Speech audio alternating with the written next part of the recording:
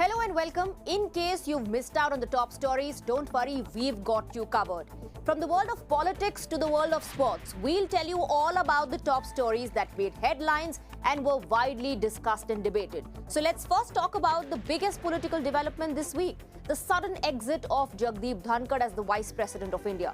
The now former VP presided over the opening day of the monsoon session and then, in a shocking move, resigned from the post at around 9:30 the same evening, citing health reasons. Dhankar became the first VP to resign for reasons other than contesting presidential poll. Interestingly, the opposition that submitted a no-confidence motion against Jagdeep Dhankar in December 2024 went all guns blazing against the Modi government, accusing the centre of pressuring him to resign. Though there is no official word on the reasons behind the exit, apart from health being cited by Dhankhar himself, but there are multiple theories floating around the abrupt end to Dhankar's tenure as the Vice President of India.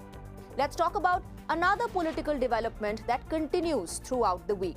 Well, it was a rocky start to the monsoon session. The first week saw back-to-back adjournments amid ruckus and sloganeering from the opposition on both the issue of Operation Sindoor as well as the SIR, the Special Intensive Revision of Electoral Rolls in Bihar.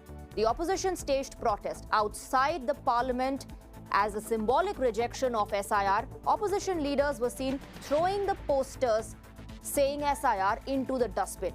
While the LOP, Rahul Gandhi, claims that there is 100% proof of Election Commission allowing cheating, the poll body has fact-checked these claims. Although, as per the Parliamentary Affairs Minister, Kiran Rijiju, all parties have now agreed that they will ensure smooth functioning of the House from next week onwards. Let's see if the parties stick to their commitment. Let's move on. Let's talk about the other big development that generated a lot of curiosity.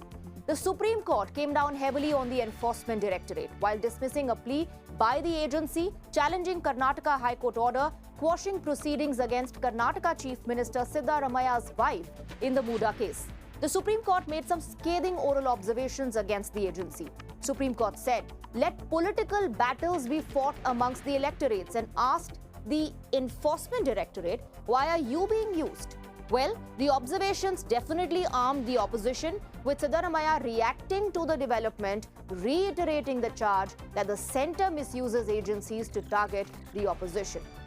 Let's now tell you what's happening in America. Mystery surrounding the Epstein files is deepening, mounting pressure on Trump administration to reveal the details. While a US federal judge refused to unseal Epstein grand jury records as per reports, the US president was informed by his AG about his name appearing in the files. Although the context of the reference to Donald Trump's name in the document was not specified. Now, the Trump administration is finding it difficult to quell rebellion, which is spiraling within the MAGA base over the Epstein files. And now, another piece of news that has generated a lot of curiosity as well as debate across the nation. BCCI, as per reports, has decided to host Asia Cup 2025 in a neutral venue in UAE.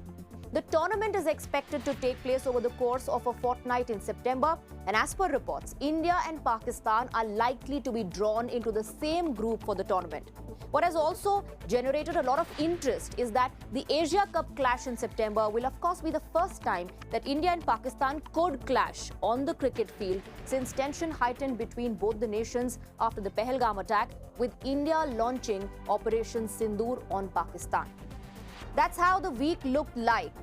For another edition of Roundup, keep watching this space.